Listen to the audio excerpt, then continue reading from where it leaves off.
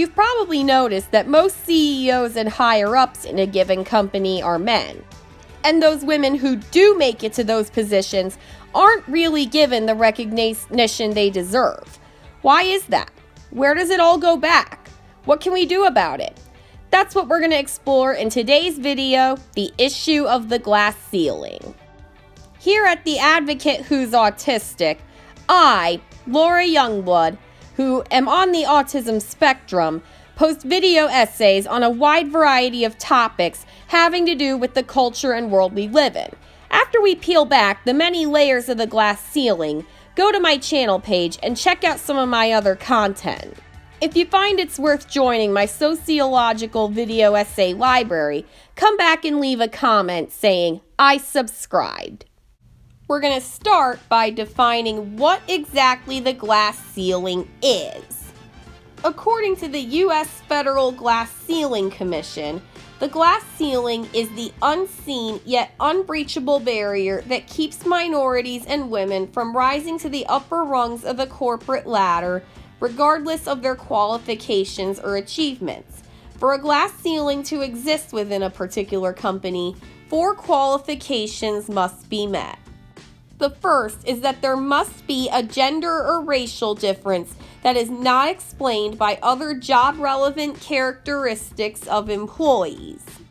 The second is a gender or racial difference within a company that is greater at higher levels of an outcome than at lower levels of an outcome. The third is a gender or racial inequality in the chances of advancement into higher levels, not merely the proportions of each gender or race currently at those higher levels. The fourth is a gender or racial inequality that increases over the course of a career. The term glass refers to higher opportunities women know are there, and the ceiling refers to something that is physically blocking them from attaining those opportunities. So what do gender stereotypes have to do with all of this?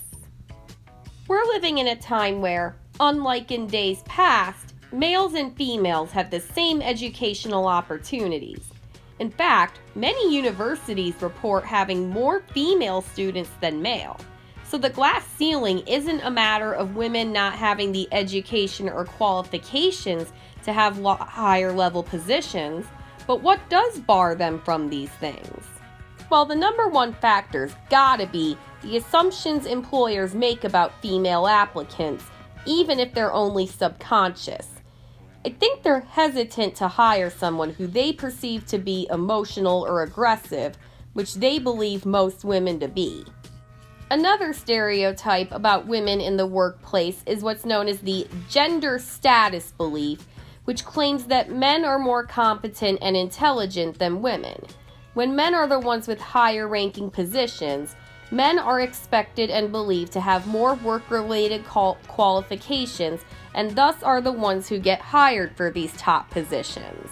Few women who have worked hard and relentlessly to break those barriers and have earned their deserving place in a leadership role are either viewed as being competent or as being warm, but never both.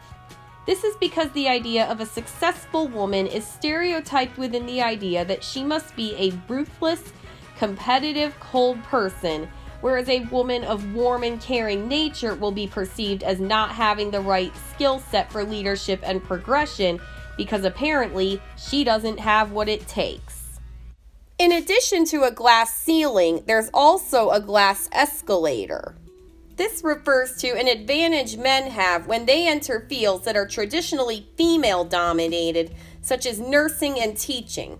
These men seem to be on an escalator to higher positions and salaries compared to the high, steep stairways women have to climb to get these things. Want statistical evidence for the glass escalator? After this video, once you've subscribed and clicked the bell, as I highly recommend, read the study Carolyn K. Broner conducted for Women on Business in 2013. Don't just take my word for it when I say that in schools, where most teachers are usually women, men are more likely to be promoted to higher up positions such as dean and principal. Of course, This doesn't mean that men who work in these fields always have it easy. Working in these fields, especially when they gravitate more towards feminine lines of work in said fields, they can be singled out as being effeminate and possibly even homosexual, whether this is true or not. This outing or rumor can get them fired or otherwise affect their reputation.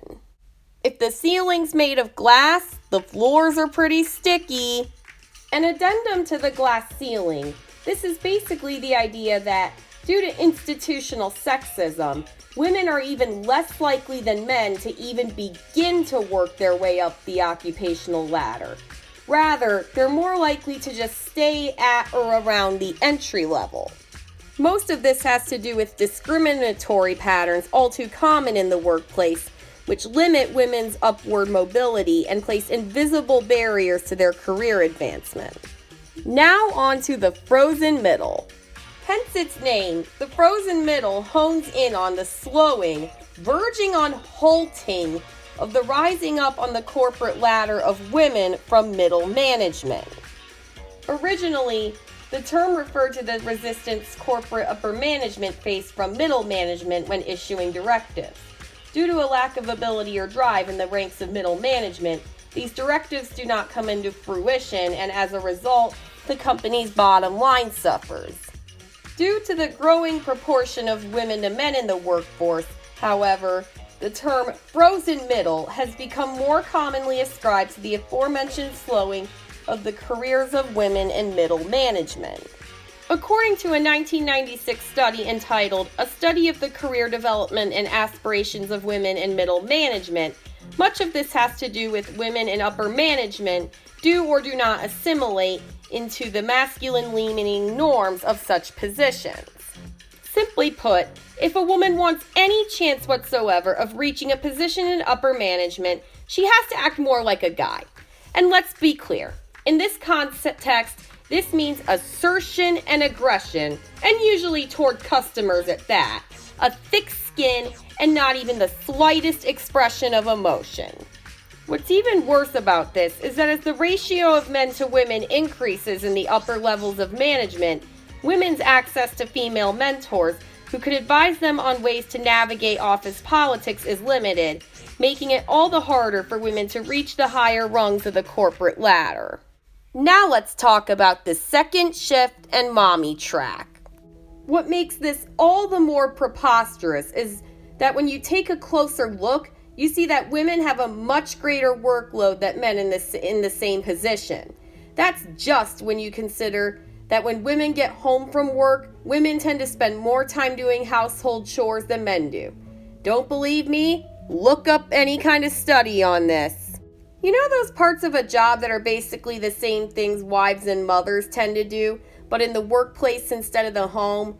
For example, cooking food for company events, cleaning up workspaces, babysitting for bosses and coworkers. Surprise, surprise, that stuff tends to fall on female employees.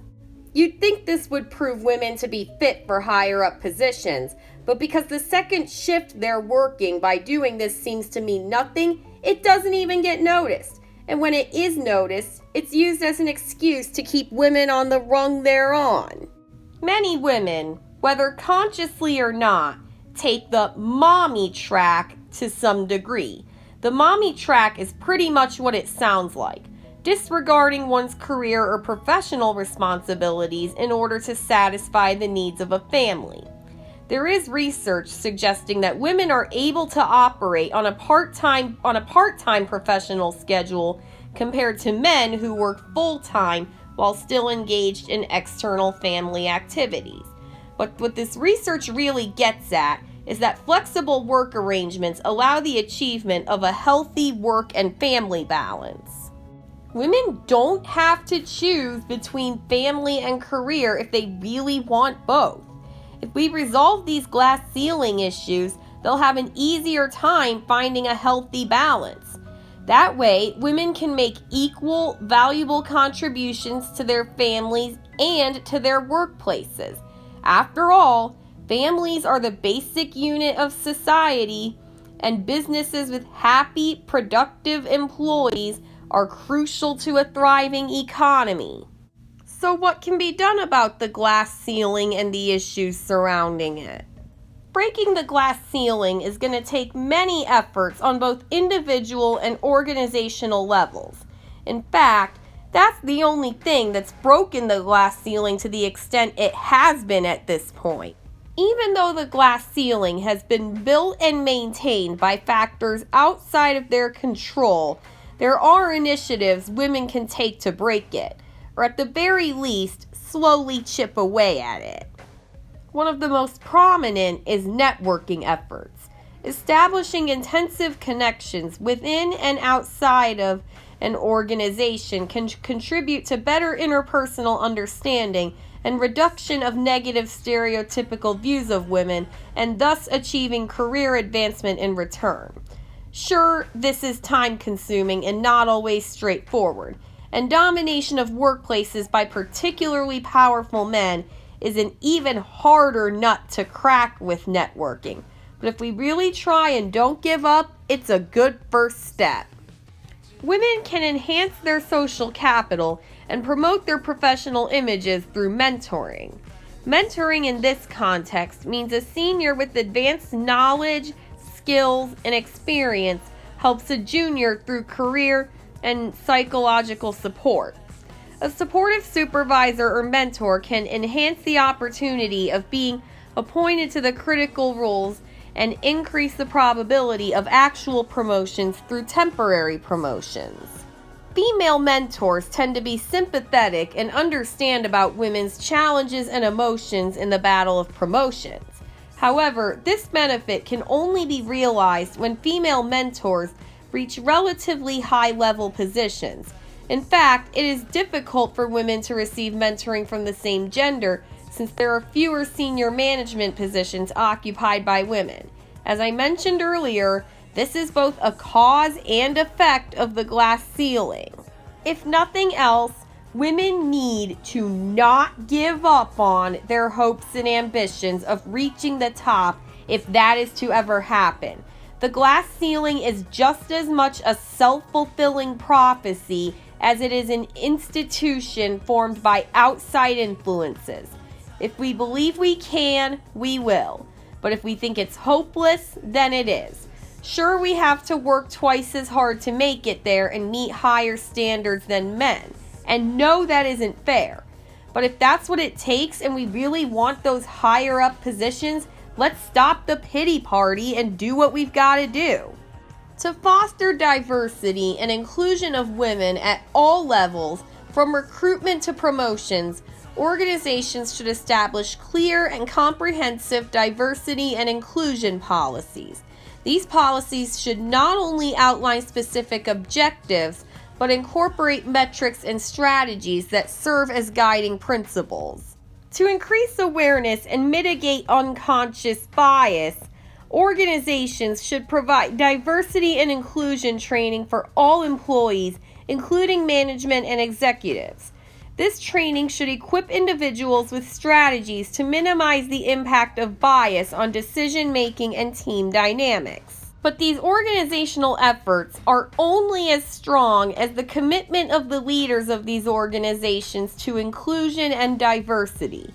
If this is present and strong, it will show the organization's values, policies, and actions of the leaders.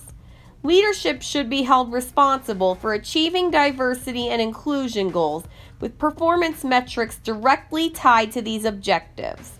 Organizations should invest in training their leaders to make equitable and inclusive decisions, manage teams with fairness, and engage in inclusive interactions. Regularly publishing diversity and inclusion reports helps maintain transparency and keeps stakeholders informed about progress. Lastly, cultural transformation is essential. Cultivating a workplace culture rooted in respect and open communication is paramount. Encouraging employees to report any instances of discrimination or harassment and providing a safe and supportive space for such supports is vital to addressing issues promptly and effectively.